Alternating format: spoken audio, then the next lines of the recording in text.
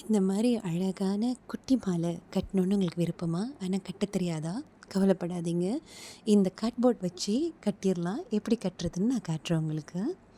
இந்த கார்ட்போர்ட் நடுவில் 2 தடவை நூல் சுற்றிக்கணும். 2 பகுதி சுற்றி நடுவில் இந்த மாதிரி 2 நூல் இருக்கணும். இந்த நுனியில் முடிச்சு போட்டுடணும். ஏன்னா நடுவில் இருக்க இந்த 2 நூலும் கழண்டாமல் இருக்கிறதுக்கு முடிச்சு போட்டுடணும்.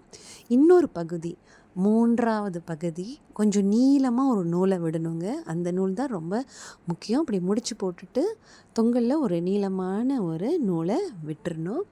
அடுத்து இந்த நடுவில் இந்த 2 நடு இருக்கு இல்லையா, அதில் நம்ம வச்சுருக்கிற பூவை விடணும். இங்கே பாருங்கள், இப்படி தான் அந்த பூவை விடணும்.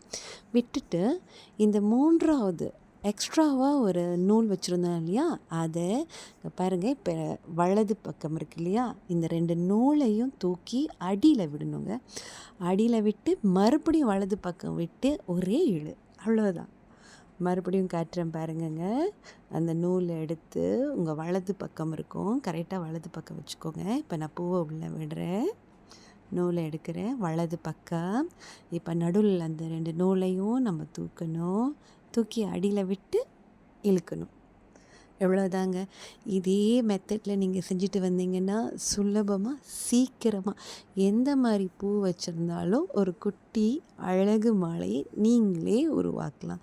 நான் செய்கிற செய்முறையை கரெக்டாக நுணுக்கமாக பாருங்கள். இது ரொம்ப சுலபமான முறை அழகான குட்டி மாலை கட்டுறதுக்கு.